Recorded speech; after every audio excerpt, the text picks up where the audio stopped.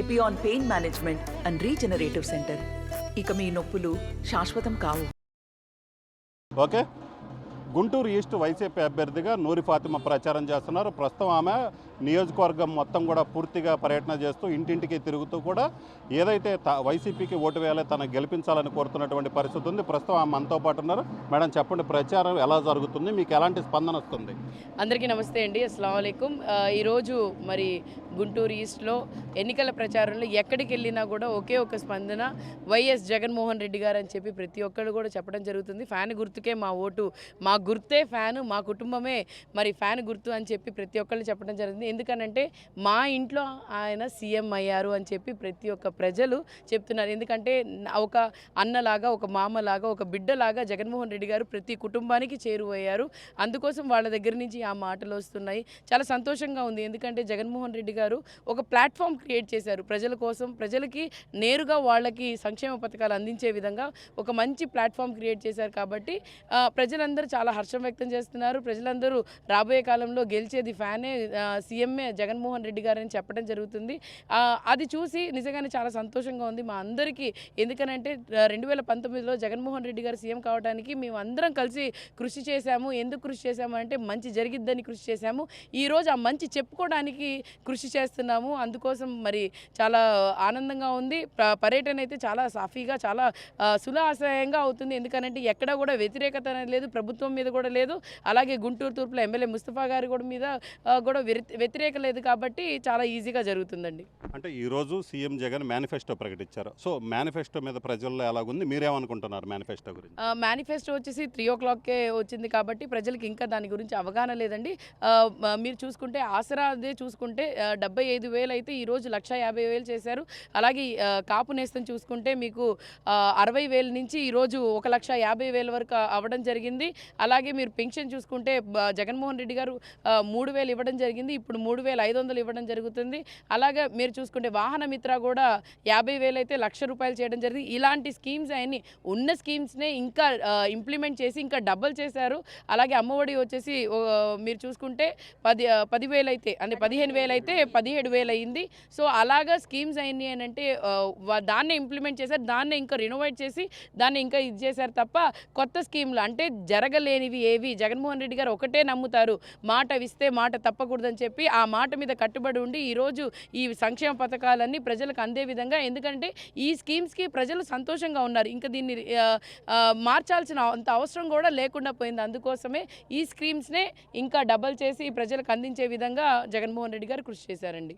అంటే 20 ఏళ్ల నుంచి చూసుకున్నట్లయితే ఈ నియోజకవర్గంలో టీడీపీ గెలిచింది అయితే లేదు, 2004 నుంచి కూడా ఇప్పటి వరకు. అయితే ఈసారి మాత్రం మేము గెలుస్తాం, మా పార్టీలో చేరికలు ఉన్నాయని చెప్తున్నారు. వాళ్ళ పార్టీలో చేరికలు వీటి మీద మీరేమంటారు? నాకు తెలిసి వాళ్ళ పార్టీలో అన్ని స్క్రాప్సే అండి. ఎవరు చేరినా కూడా ఒక్కళ్ళే వెళ్ళారు. ఎవరు వెళ్ళినా కూడా అంతా ఒక్కొక్కళ్ళే సింగిల్ మ్యాన్ పర్సన్స్ వాళ్ళంతా. ఎక్కడ కూడా వైఎస్ఆర్సీపీ క్యాడర్ అంటే జెండా మోసేది కార్యకర్త అండి. నాయకుడు జెండా మోయరు, లేకపోతే ఎమ్మెల్యే జెండా మోయరు, లేకపోతే ఒక ఎంపీ జెండా మోయరు, కానీ కార్యకర్తలు జెండా మోస్తారు. ఆ కార్యకర్తలు గుంటూరు ఈస్ట్లో బలంగా పాతికిపోయారు. వాళ్ళకు ఒక నమ్మకం ఏంటంటే జగన్మోహన్ రెడ్డి గారు, అలాగే గుంటూరు తూర్పులో ఎమ్మెల్యే ముస్తఫా గారు అంటే నమ్మకం. కాబట్టి ఎక్కడ కూడా ఇప్పుడు ఇటు నుంచి అటు వెళ్తారు, అటు నుంచి ఇటు వస్తూ ఉంటాయి. ఇవన్నీ రాజకీయ స్టంట్స్ కాబట్టి అవన్నీ అలా జరుగుతూ ఉంటాయి. కానీ ఎక్కడ మీరు చూసుకుంటే గుంటూరు తూర్పులోనే 3 కార్పొరేట్స్ వెళ్ళడం జరిగింది. 3 కార్పొరేట్స్ అయితే నాకు తెలిసి ఒకళ్ళతో పాటు ఒకళ్ళు ఇంకో సింగిల్ పర్సన్ కూడా వెళ్ళలేదు. అవన్నీ ఏంటంటే ఒకరోజు పేపర్లో వేసుకోవడానికి, లేకపోతే ఒకరోజు టీవీలో చెప్పుకోవడం. వాళ్ళే అనుకుంటారు అయ్యో ఎందుకైనా తీసుకొని వచ్చాం వీళ్ళని అని అనుకునే స్థితికి వచ్చారు. సో అదన్నీ ఏంటంటే వీళ్ళు ఎన్ని మాటలు చెప్పినా 20 సంవత్సరాలు కాదు, రానున్న 50 సంవత్సరాలు కూడా ఇక్కడ టీడీపీ రాలేదు. ఎందుకనంటే జగన్మోహన్ రెడ్డి గారు అంటే వైఎస్ రాజశేఖర రెడ్డి గారు ఏ విధంగా చేశారో అదేవిధంగా గుంటూరులో కూడా ఎక్కడ చేసినా జగన్మోహన్ రెడ్డి గారు చక్కగా చేసుకుంటూ వస్తున్నారు. కాబట్టి గుంటూరు ఈస్ట్లో వైఎస్ఆర్సీపీ జెండానే భారీ మెజార్టీతో గెలుస్తుంది. సో టీడీపీ వాళ్ళు కొత్తగా లోకల్ నాన్ లోకల్ నినాదం తీసుకొని వస్తున్నారు. ఏమంటారు మీరు? నాన్ లోకల్ అంటున్నారు, మీరేమంటారు? ఎవరు నాన్ లోకల్ అండి? నేనైతే గుంటూరులోనే పుట్టాను. నాకు తెలిసి ప్రత్యూష హాస్పిటల్లో నేను పుట్టానండి. సో ఐఎమ్ లోకలే, ఇబ్బంది ఏం లేదు. మీ సర్టిఫికేట్స్ కానీ బర్త్ సర్టిఫికేట్స్ అన్నీ ఉంటాయి కాబట్టి తీసుకొని రండి. నాన్ లోకల్, లోకల్, ఆడపిల్ల, మగవాళ్ళు ఇవన్నీ ఏంటంటే భయపడుతున్నారు కాబట్టి ఇవన్నీ తీసుకొని వస్తున్నారు. మీరు రాజ్యాంగంలో కానీ లేకపోతే మైనార్టీస్ దానిలో కూడా మహిళ రాజకీయాల్లో రాకూడదని ఎక్కడ రాసి లేదు. వీళ్ళన్నీ ఏంటంటే ఇంకా భయం క్రియేట్ అయింది కాబట్టి వాళ్ళకు ఏంటంటే మేము ఓడిపోతామని చెప్పి చెప్పి ఒక భయం ఉంది కాబట్టి అన్నీ ఎక్కడెక్కడో ఏవో తీసి మొత్తం చూపిస్తున్నారు. ఈరోజు మీరు చూసుకుంటే మన డిప్యూటీ మేయర్ గారు కానీ లేకపోతే మా కార్పొరేటర్స్ కానీ 3 కార్పొరేటర్స్ మహిళలు ఉన్నారు, అది కూడా మైనార్టీ ఉమెన్స్ ఉన్నారు. అలాగే మనకు చూసుకుంటే నూర్జహాన్ గారు మేయర్గా ఉన్నారు, అలాగే చైర్పర్సన్ ఏమో ఒక లేడీ మైనార్టీ లేడీ ఉన్నారు.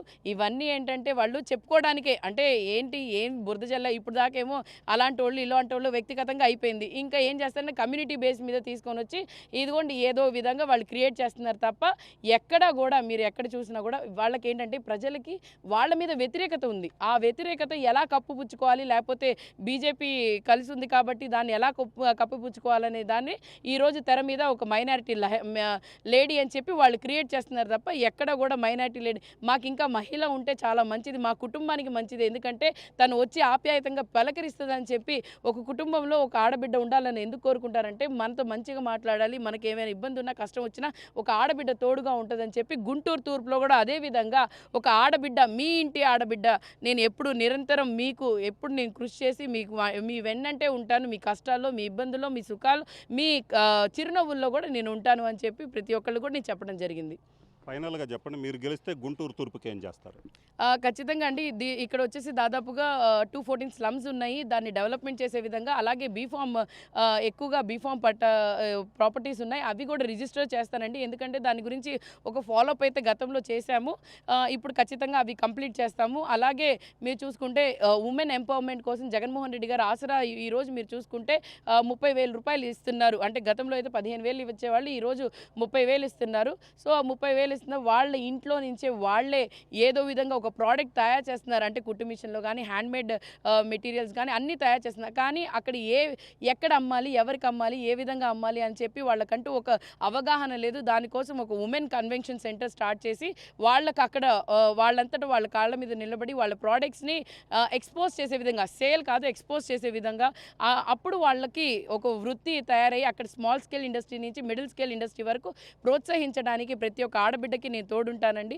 అలాగే మానసరోవరం డెవలప్మెంట్ కోసం కానీ లేకపోతే బ్రహ్మానంద స్టేడియం ఇప్పటికే నిధులు విడుదలయ్యి ఇప్పుడు ఇంటర్నేషనల్ క్రికెట్ స్టేడియంకి ఎలాగో అడుగులు వేస్తుంది. ఇంకా దానికోసం డెవలప్మెంట్ కోసం శాప్ దగ్గర నుంచి ఇంకా ఫండింగ్ తీసుకొని వస్తాను. అలాగే సెంట్రల్ గవర్నమెంట్ నుంచి కూడా ఖేలో ఇండియా దగ్గర నుంచి కూడా ఫండింగ్ తీసుకొని వస్తాను.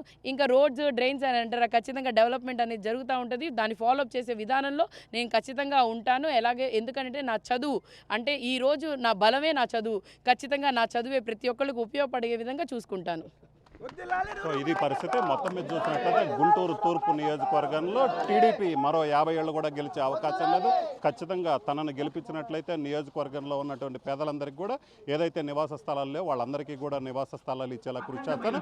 ప్రత్యేకంగా చూసినట్లయితే ఉమెన్ ఎంపవర్మెంట్ కోసం వాళ్ళ కాళ్ళ మీద వాళ్ళు నిలబడే విధంగా తాను కృషి చేస్తానని చెప్తున్నారు. కెమెరామెన్ సిద్ధుతో రామారావు, టీవీ గుంటూరు. మరిన్ని వీడియోస్ కోసం ఛానల్ ని సబ్స్క్రైబ్ చేయండి, లేటెస్ట్ అప్డేట్స్ కోసం వాట్సాప్ ఛానల్ ని ఫాలో చేయండి, అండ్ లింక్ డిస్క్రిప్షన్ లో ఉంది.